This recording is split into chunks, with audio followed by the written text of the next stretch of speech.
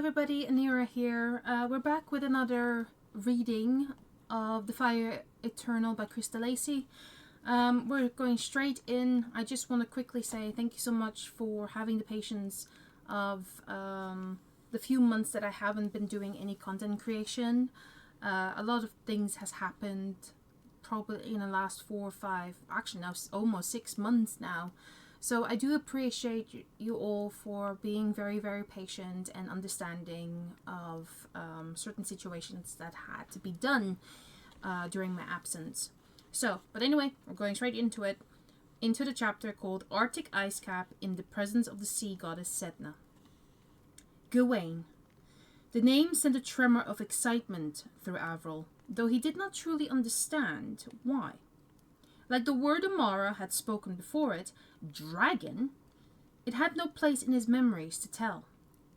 And yet he could sense real power in these words, deep significance, a humbling awareness of a once great being. The ice rang with it, rolled and swayed with it. A pulse of life beyond the edge of creation, back before the time of the first white bears. Avril reached, but his mind would not take him there. And if he pressed, all that returned was an image of fire. Sedna, goddess of the animals of the ocean, likewise recoiled when she heard this request. Bring me the eye of the dragon, Gawain. There was terror and confusion in her gelatinous white eyes. Avril knew she was asking herself, what does a man-bear want with such a prize? Even so, her fear was not as great as her obvious temptation. Fingers for a piece of crumbling rock? She licked her lips with a warm, riddled tongue and said, It will take time. The figure of Amara bowed his head and then sat upon the ice with his mukluks crossed. The ocean is deep. Swim carefully, goddess. Sedna shook out her newly combed hair. With a chattering hiss, she slid back into the water again. The ice groaned with a mighty grinding action and closed itself up like a wound. Avril was almost thrown off his feet. When he was free to stand solidly again, he saw, to his relief, that the figure of Amara was now the figure of Ingvar once more. The great bear looked exhausted. He was sitting flat, with his front paws crossed. His head was lowered and his eyes were closed. Avril approached him quietly, saying, Lord, is it you? Everything you see is me, said Ingvar. He instructed Avril to lie down and rest. This they did for 2 more days. On both days, however, Avril grew impatient and wandered the ice a little, hoping for a sign or scent of Kylar. He felt easier when the fighting bear was with them. There was danger here. He could feel it every time the wind pressed his fur, but that was not the entire reason he chose to walk alone. He was using these moments away from Ingvar to look into his mind and ask himself, what was this creature laying there as though dead? Was it a spirit? Was it real?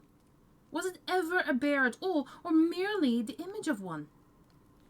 In the archive of his memories, there were legends of man-bears, which men called shamans, but they seemed to have no lasting substance.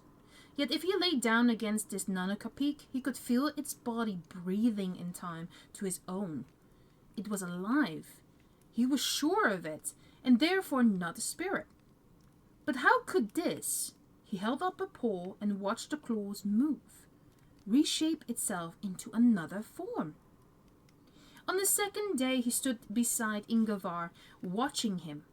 In all this time, the Nanoka peak had not once changed his position. A fine crust of snow had formed on his back, and small stalactites of dribble were hanging from his jaw. Avril shuffled his feet, wondering just how long they would be resting here, when suddenly the great bear stirred. A portion of air went into his snout to emerge seconds later as a powerful snort. Lord, what do you see? Ingvar had opened his stunning blue eyes and was staring far ahead at an unknown horizon. He raked his claws and rose quickly to his feet. "The dragon Gawain is among us," he said. The ice rocked and split with a plangent hue, and just as before when Sedna had appeared, a spume of fire fired into the air.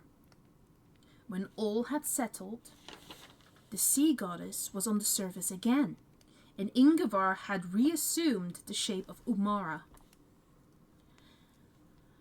"I have what you need, O hunter," she said.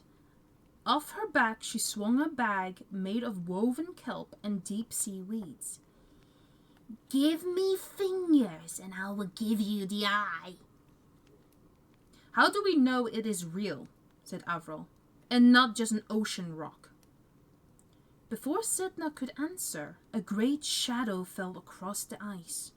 Avril saw it first as 1,000 black speckles flowing in like a rippling wave from the south. As the speckles ran by him, they flittered on the surface and reduced in number, but seemed to increase in size and definition. Suddenly, he knew he was watching wing beats. He looked up and saw a great cluster of ravens. "Lord," he growled, unsure of what to do. It felt odd seeking instruction from a man, but instinctively he backed up closer to Amora, perhaps hoping that by the time he turned his head again, he would see his Nanukapik there, ready to fight. These birds had points of evil in their eyes. Their grating cries were filled with taunts. They were circling slowly, preparing to attack. None knew it better than Sedna herself. "My husband!" she wailed. "My husband has sent his flock to take me." A bird swooped down, but its object was the bag, not Sedna's head. It picked and snaffled and tore out a weed. Avril instinctively leaped at it, throwing out a deep growl, flashing both paws. The bird escaped by a feather and a squawk. Now, for the first time, Avril could view the contents of the bag. Through the criss-crossing weed, he saw a lump of grey stone, humped in the shape of a lidded eye. All around it was a pattern of falcate scales. Dragon. He knew it instinctively. The goddess had kept her word. "Protect me!" she cried, slithering and flapping in search of water. Somehow, the ice behind her had closed. For Sedna, there was no retreat into her ocean. Umara reached his hands up as if to touch the stars, calling out to the spirits of hunters past. Immediately they came, engaging the ravens in battle with their spears.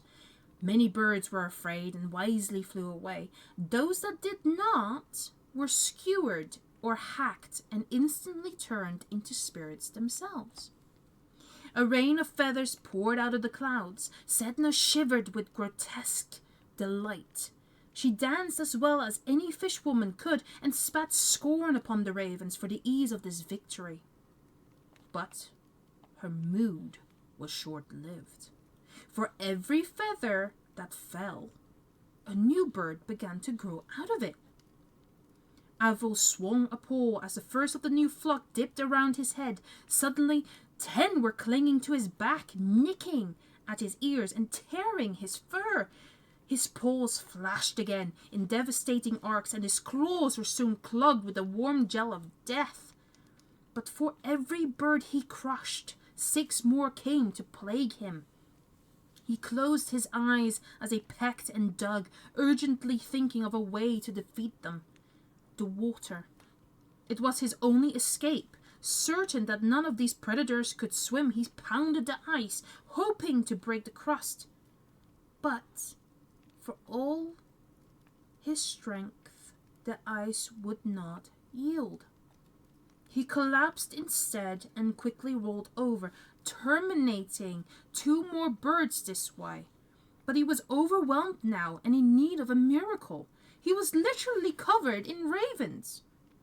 Then he felt the force of the white fire Ingvar had used upon Kylar. He heard screeches as the birds turned to wind-blown ash, yet felt no pain or fear himself.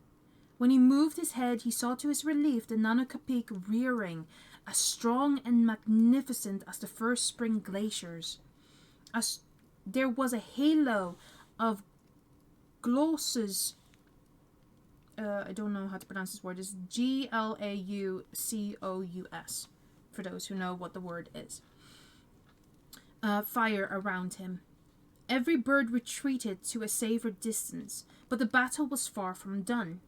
In what seemed to be an instant, the flock came together, gelling into one formidable creature. It landed on the ice 20 paces ahead of Ingvar. It had a body half the size of a man, but the wings and eyes and beak of a raven. Sedna slithered back, crying out in fear, "It's him! It is him!" "Welcome back, wife," the birdman said. He geared his wings and stared with brooding eyes at Ingvar. Or Gyred. Gyred or Gyred. It's Gyred for that word if I mispronounced it. "Stand aside, shaman. I am married to the ocean. All its treasures are mine to own." His gaze fell greedily upon the weed bag. Avril, bleeding from a gouge above one eye, fearlessly went to stand by it. "Wife," said the birdman, "I have fingers for you." From a pocket of the furs that covered his body, he brought forth 8 old leathery remains. Sedna chattered in excitement and fear, straining her upper half to see the prize. "Take them," said the birdman, throwing them forward.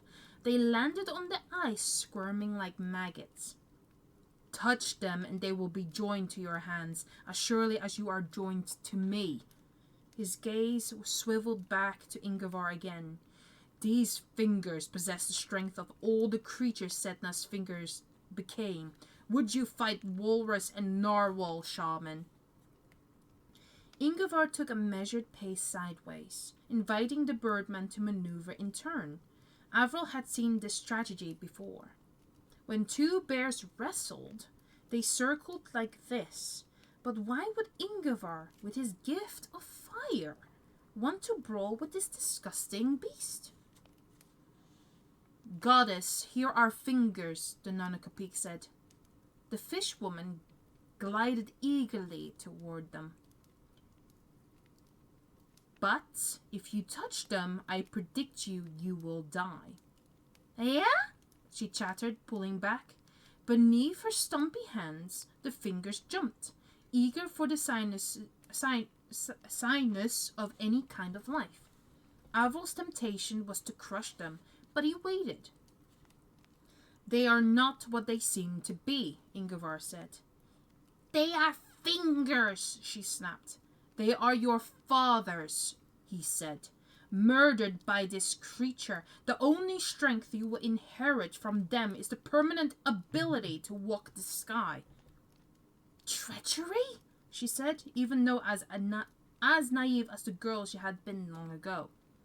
The birdman cackled deep in his throat. "You irritate me, shaman." Ingvar, still maneuvering, said, "I am the fire that melts no ice." The birdman sneered and extended his hands. From his fingers he raised 10 fearsome claws. He flicked his wings, producing a storm of black snow all around him. "I will douse you and tear out your heart, still beating. Walk away while you can. You cannot sustain your fire, and your companion is not a fighting bear." Avril rolled back his lip and growled. "He would die for me," said Ingvar, tensing himself. "Then die together," the birdman said, and he raised his wings to fly to the attack. But suddenly, There was movement at the birdman's side, and now Avril understood all of Ingivar's posturing. Roaring through the mists came Kylar. With perfect timing, he struck, unsighted, at the region under the birdman's wing, savaging the creature's vulnerable torso until his paws were lost in a mulch of flesh. Feathers and innards spewed across the ice. The creature screamed and was carried down by Kylar's weight. In that instant it knew that the battle was lost, but as Kylar widened his ferocious jaws, ready to clench his prey by the throat, his head shook free and his eye was unprotected. The birdman's beak went back, but as it steadied to deliver its sickening blow, its head was fatally snapped to one side by a devastating strike from Avril's left paw.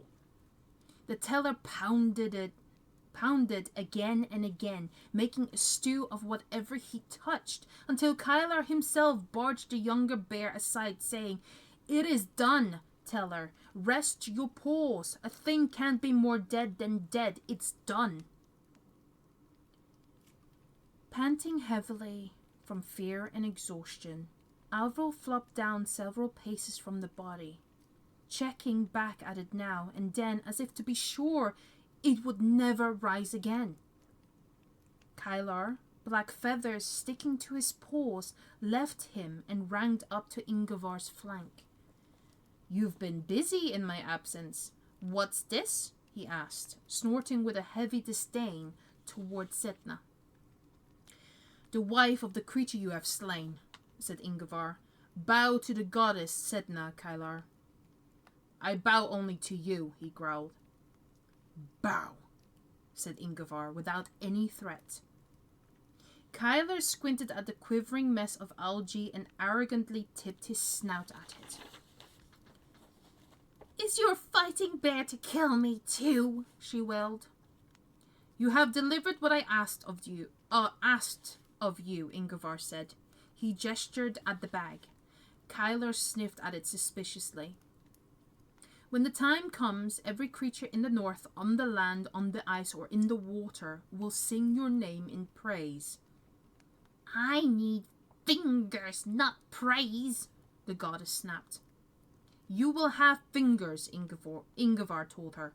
He said to Kylar, "Was your search successful?" Kylar swung his head and looked over his shoulder. "Come forward," he rumbled at what appeared to be nothing but a scattering of ice blocks. But from behind it there emerged a comical sight. Another raven, half encased in a chunk of ice. "I'm tired," it said with a grating twang that made Avril wince. He stood up, anxious to move away from the stench of pooling blood beside him. "Isn't it time one of you hairbulls set me free?" "Watch your tongue," Kylar growled at the bird, swiping loose ice into its face. He chewed a feather from his claws and spat it out. "You saw what became of the last of your kind." The bird snorted out a speck of bloodied snow. "My kind? My kind? What would a thick-skulled sealed licker like you know of my people?" "Shall I crush it?" Kylar asked tiredly of Ingivar. For days he had suffered this ill-tempered squawking. In his experience, death had many well-preserved patterns, and this bird was just one good stomp from being another. Of course not," the bird spoke for Ingivar now. "If he wanted me dead, he would have ordered it days ago. He needs me, idiot." Kylar raised a paw. "Give me the command," he begged his master. Ingivar blinked once and shook his head. "She speaks the truth." "She?" said Avril, recovered now and curious. He padded closer, twitching his nose at the thing. "Get away, fish breath," she swore at him. Avril reeled back, scowling warily. Look closely, Avril, Ingvar said. This is a creature that already has a place in your register of memories. What you have here is a woman who has lived for centuries, condemned and trapped in the shape of a bird. Woman? Clattered Sedna, drool pouring down her chin. And what are you? The bird snorted into Ingvar's face. His head tilted and his eye engaged with hers. I am all things to all men, Gwilana. A piece of snow dripped from her open beak. Bergstrom? She said, for the first time sounding unsure of herself. Sometimes, said Ingvar, moving his jaw in what might have been a smile.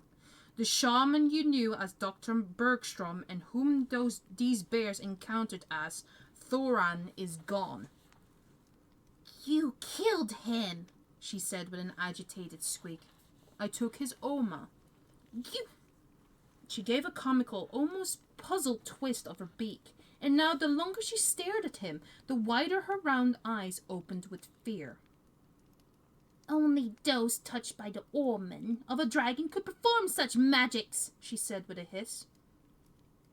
Avril glanced at the bag with his eye of grey stone, then searched the face of the blue-eyed Nanokapik. What does she mean? Ingvar put his snout to the sky as though he were engaging with an unseen force. Then he sat, column-like, lowering his head into the center of his chest. Suddenly the ice all around him came alive.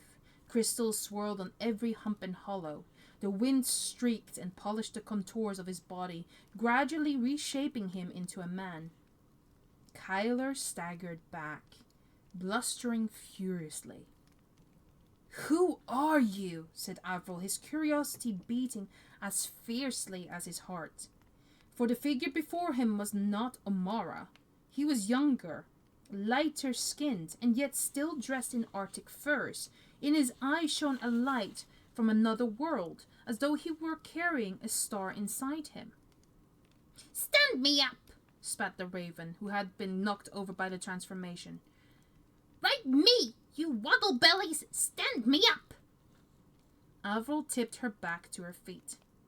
"Impossible!" she squealed, looking at the man that Ingvar had become.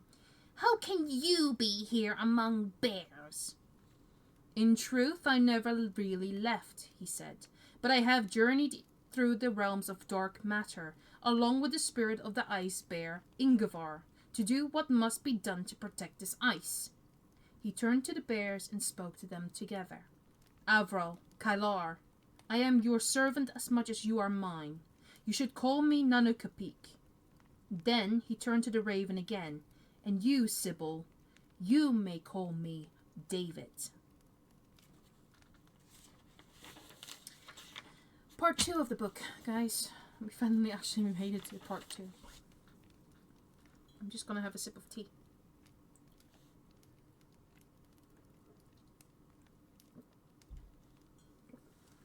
Right, the next one is Breaking Through. At page 175. At least of my version of the book. It was as if a small fish had risen to the top of the tranquil lake and pushed its nose through the surface of the water. The ripple was faint, distant, subtle, as slight as the delicate motes of time that marked the imperceptible movements of planets.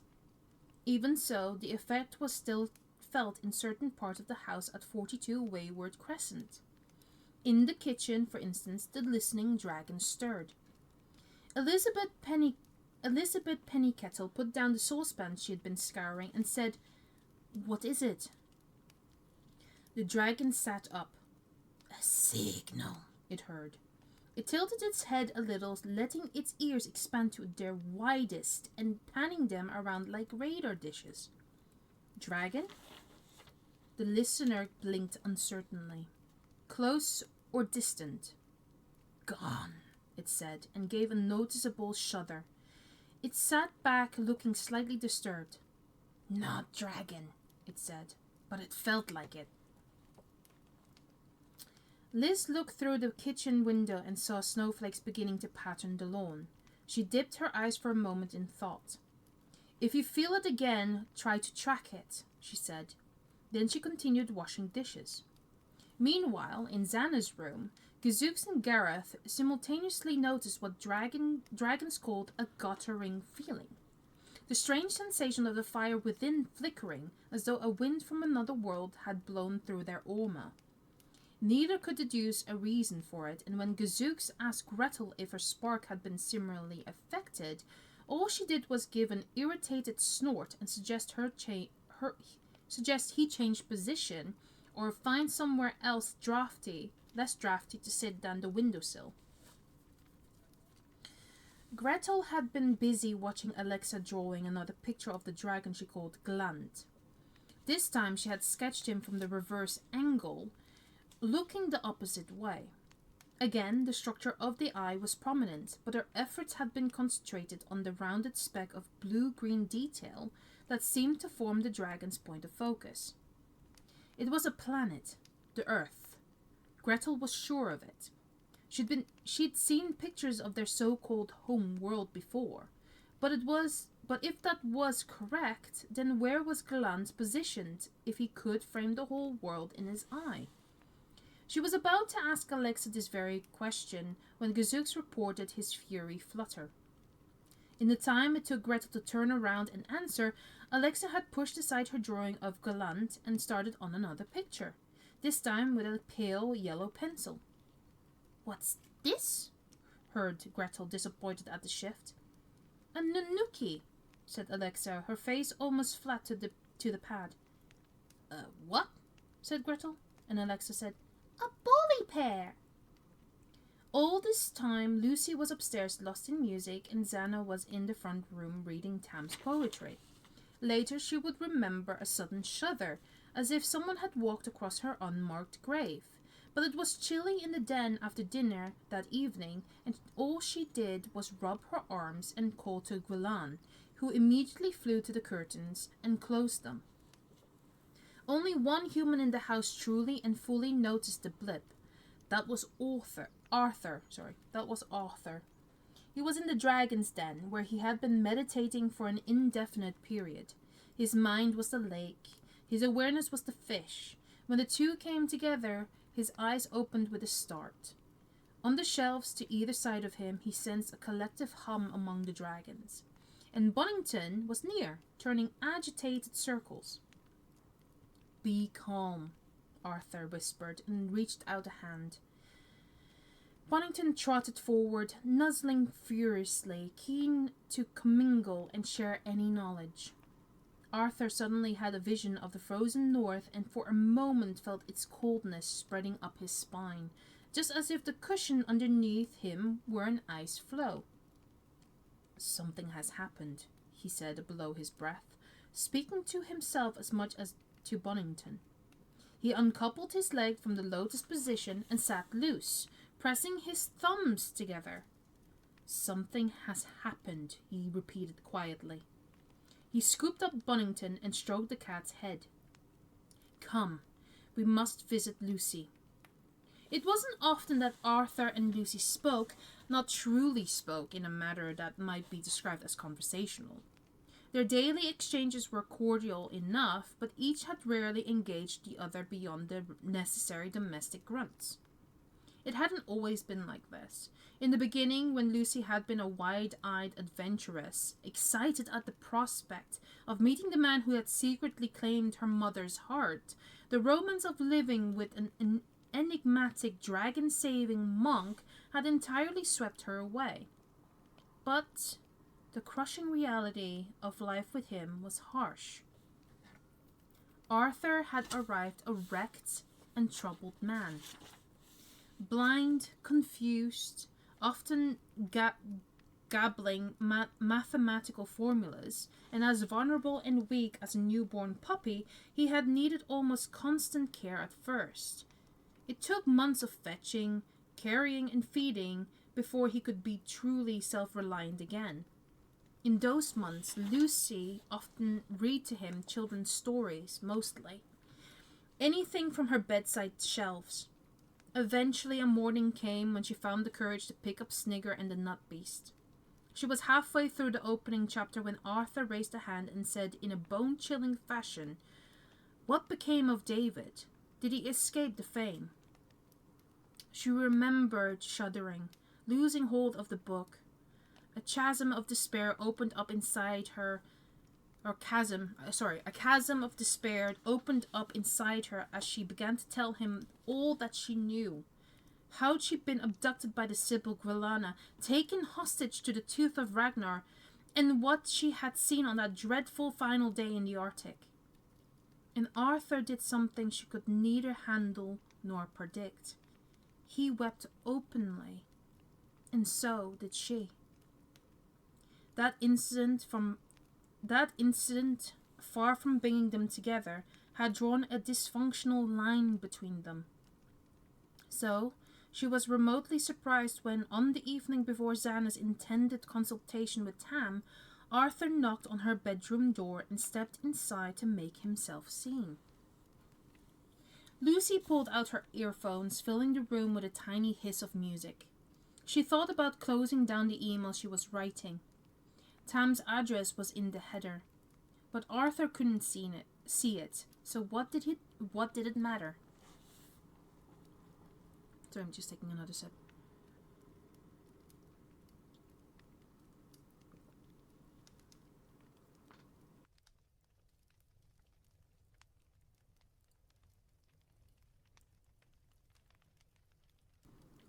Are you busy, child? He often called her child, a throwback to the early days. She still found it endearing. It was ridiculous to think he could ever be her father, but... No.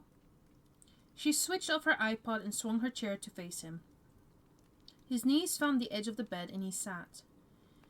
"Would you do something for me?" She shrugged, and then remembered such gestures were pointless, but they all did that with Arthur now and then. "Sure. What?" "Would you send a message to my friend Brother Bernard?" She found herself nodding. Roly-poly Brother Bernard, the monk who had first brought Arthur to the Crescent. She remembered him, a jolly man, a friar, Tuck, kind. "Why me? I thought Mom normally wrote your letters." "A text message," he said. "I'd like it to be instant."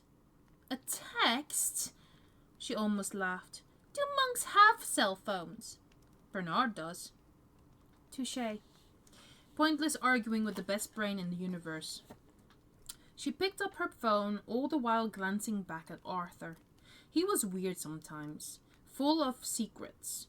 When he cradled Bonington in his arms like this, he reminded her of a James Bond villain. "Okay, shoot." Arthur stroked Bonington's head a few times, all the while commingling with the faint being inside him. Through hazy, almost monochrome feline vision, he noted Lucy's yawn and saw the swing of her foot. She was impatient to return to the computer, of course. He saw the flicker of the screen, but none of its content. "My dear Bernard," he began. Lucy put her thumb on hold. You do know you've only got, a certain number of characters in a text? They're normally kind of snappy, Arthur." "The message will be short. Please enter what I said. And do not truncate the words." "It's on autocomplete. Already done it. Go on." He allowed himself a smile, then dictated slowly. "My dear Bernard, at last our ruminations may have come to fruition." What?" she asked. He spelled it for her. "And fruition." Did you feel the eye of the universe open?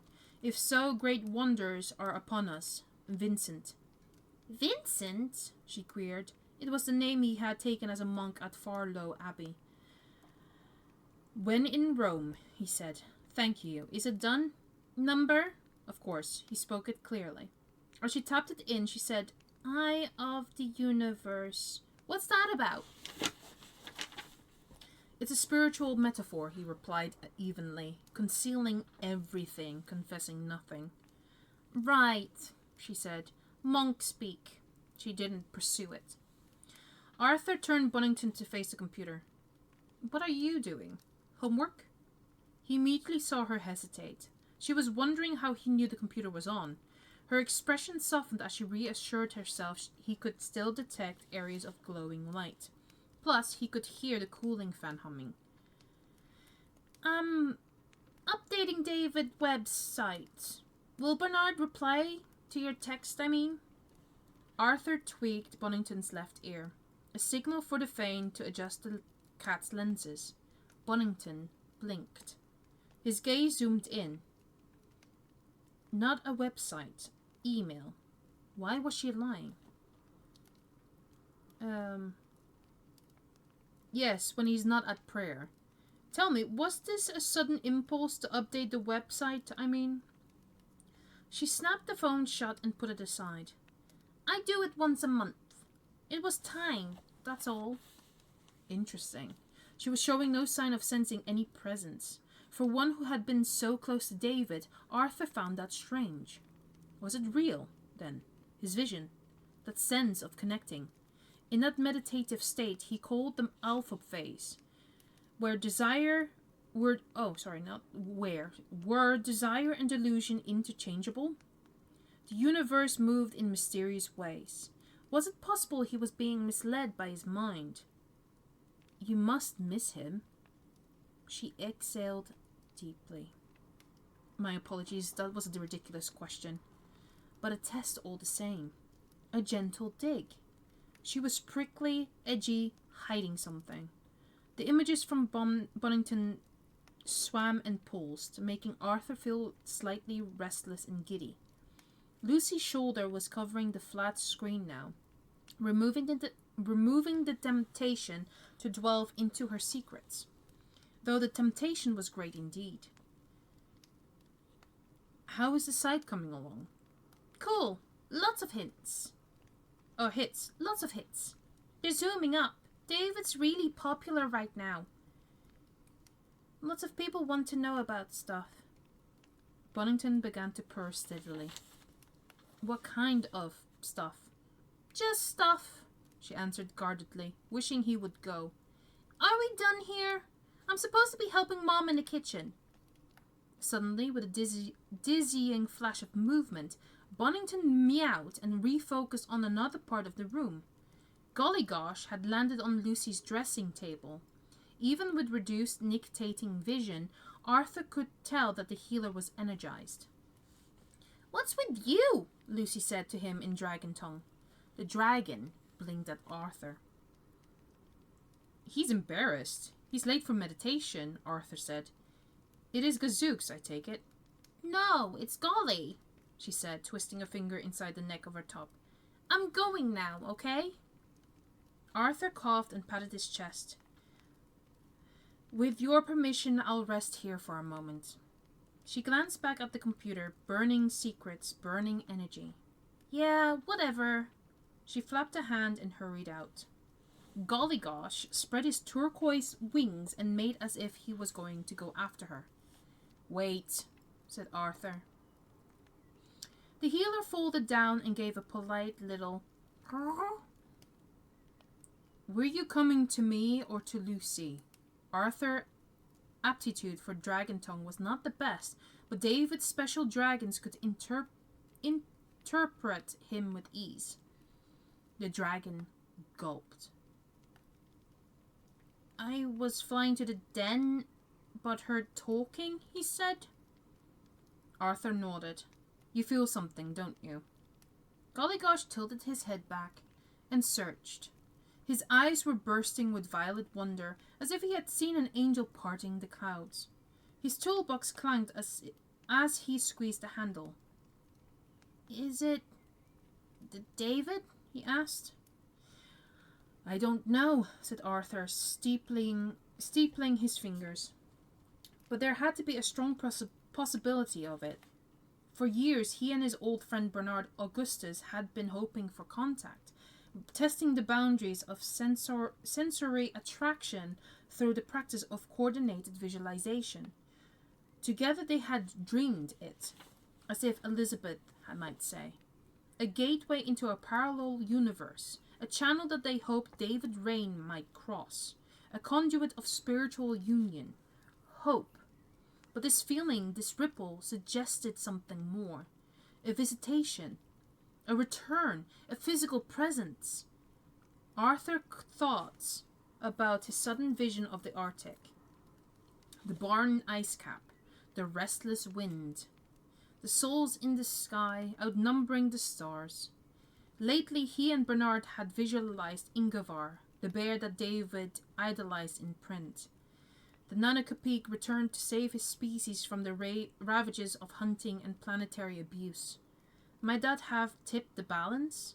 Was he seeing the North through the eyes of a bear? How did this relate to the spatial shift that Bonington had seemingly witnessed in the garden? Oh, for clarity, for greater understanding. Oh, for the power he had on the island when he'd been in possession of a dragon's claw. The computer beeped. Bonington instinctively turned his head toward it, flushing screen images back through Arthur's visual cortex. Arthur at first tried to blank them out. In his heart he knew it would have been dishonorable to read anything that Lucy had received in private. But he could not avoid noticing the banner that popped up at the bottom corner of the screen. It was an email flag, and though it was gone too quickly to catch the sender's name, he did see the subject of the message. David's parents. The banner dissolved. At the same moment, Bonington arched and jumped to the floor, plunging his master into blindness again. No, wait, Arthur called, but the cat was gone. Are you still there? Arthur asked in dragon tongue. No reply from Gollygosh either. Arthur stood up deep in thought, circling his foot to activate the blood flow in an aching left thigh. Was this meaningful? He wondered. Who could ask a question concerning David's parents? And more importantly, what would Lucy reply? Did the "re" before the subject header indicate a dialogue? If yes, why did that make him nervous? For what could she say that would be of any consequence? She would have to answer no, and that would be the end of it. He brought his hands together in prayer, remembering a common biblical passage. Honor thy father and thy mother, that thy days might be long upon the land. But as he shuffled from the room and pulled his way along the landing, he was already rewriting the commandment in his mind. Honor thy father and thy mother, he repeated, that thy days might be long upon the ice. Alright, so we are in the next chapter, which is actually a long one, I think, as well. No, not really. Just checking. Taking another sip.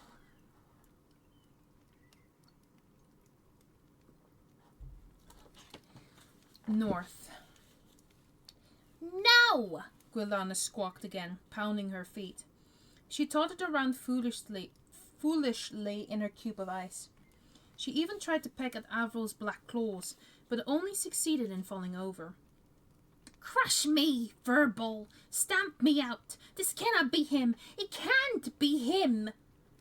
Guard her, said David to the still confused teller, and moved away toward the sea goddess, Sedna, who was trashing her tail and reminding everyone that payment had yet to be given for her services. David crouched down and looked at the fingers of Sedna's father, dropped by the Raven King before their fight. The severed ends were glazed with cherry black blood. The knuckles joints were cracked. The nails blue. They were as old as a legend, but still twitching with life. Sedna slithered forward. Who are you, spirit? Where is Uamara?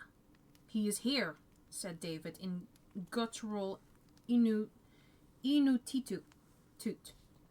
Inuktitut, and his face changed fleetingly to the taut, round shape of the hunter and back.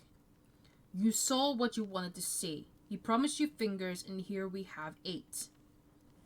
Sedna stared at them doubtfully. When you were Ingvar, you said I would die if I touched these ghosts. She gurgled at Avril, who in turn glanced at Kylar. The fighting bear was snorting and shaking his head, not knowing what to make of all of this. Avril, come near to me, David said. The teller glanced at the raven named Gwilana. She was still lost in a petulant dance. He padded forward and awaited a command. Search your memories. How many hands held the kayak paddle that broke Sedna's fingers?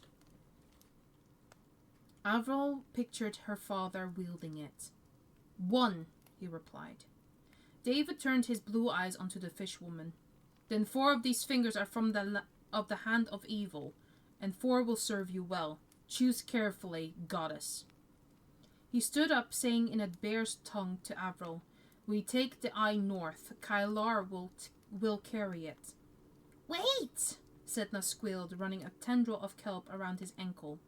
David looked over his shoulder at her. How do I know which to choose, shaman?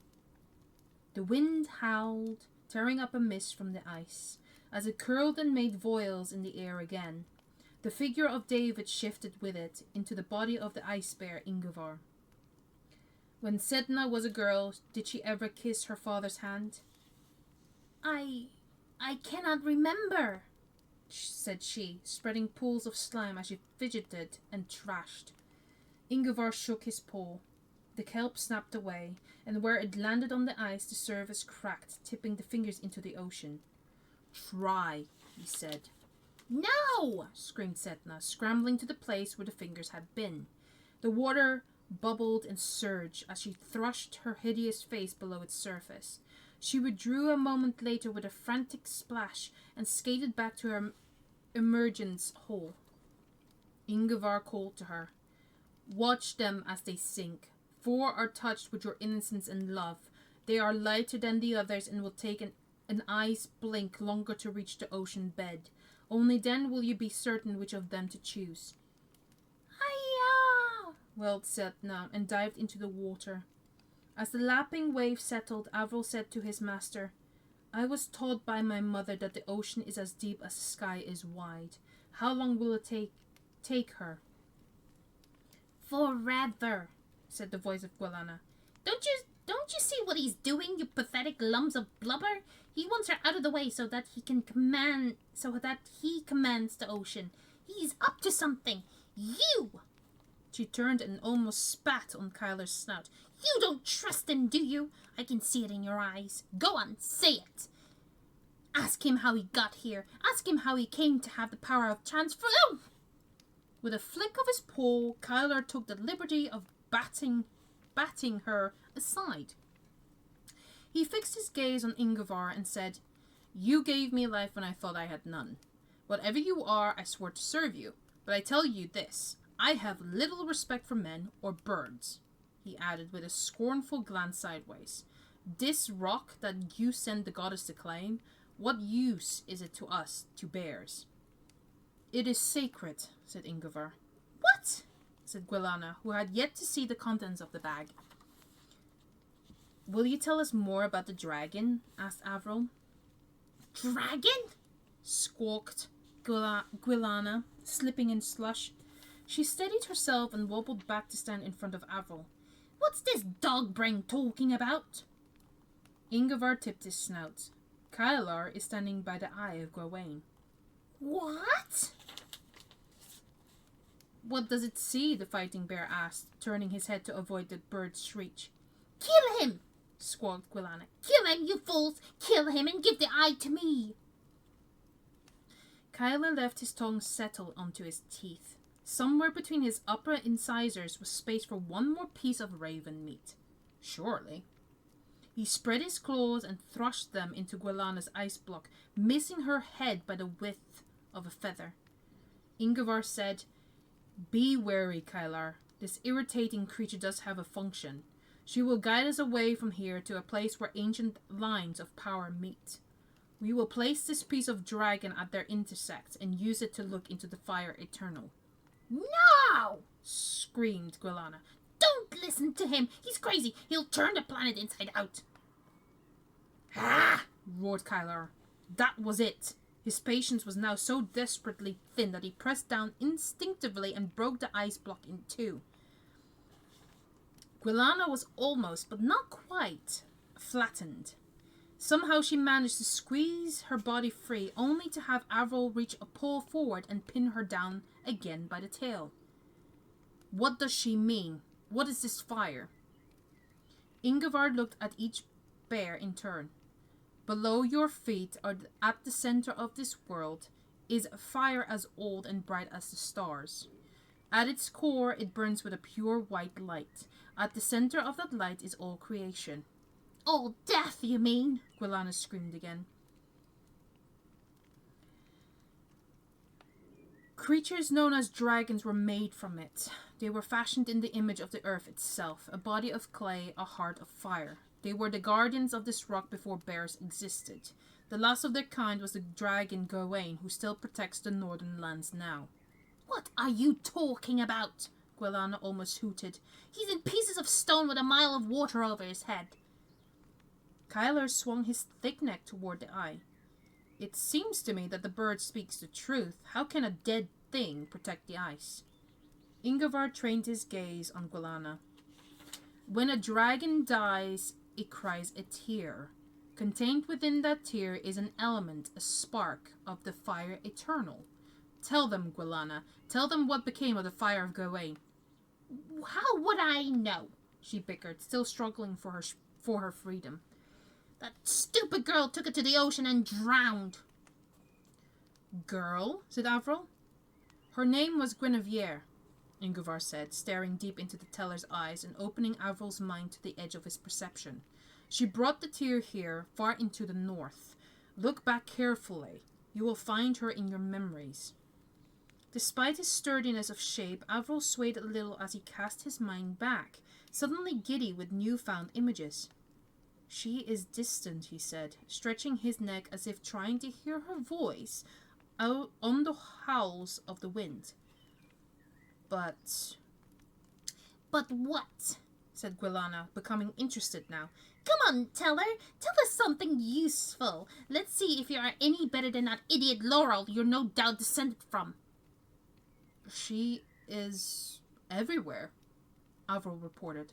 "Her spirit flies with the wind, and the dragon—" He snorted suddenly and retracted his claws, enough to let Guilana wriggle away.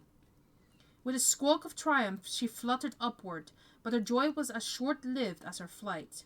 With so few tail feathers to give her balance and wings still hampered by the extreme cold, she spiraled hopelessly out of control and came crashing down to bounce off Kylar's rump.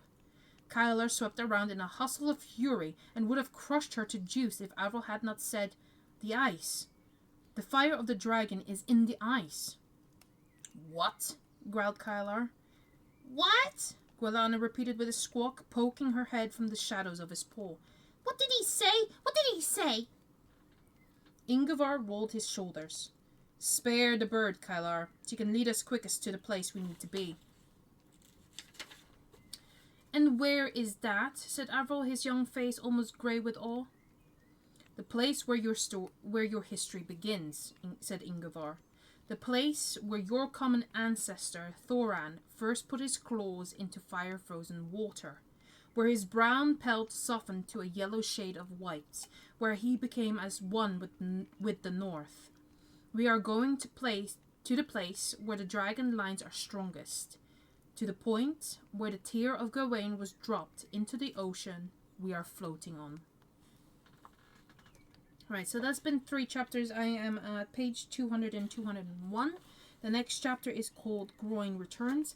However, I'm feeling, because I've been doing a little bit of the voice acting of Setna and Guilana again, I did not even expect that would happen, is my voice is gone again, slightly. So I will have to rest it for now, and I'll record another one very, very soon with the next 4 chapters of the Fire Eternal. Thank you guys so much again for listening to the series. I hope you guys enjoy it. I enjoy reading it for you guys. And I'll see you in the next video. Much love to you. Bye.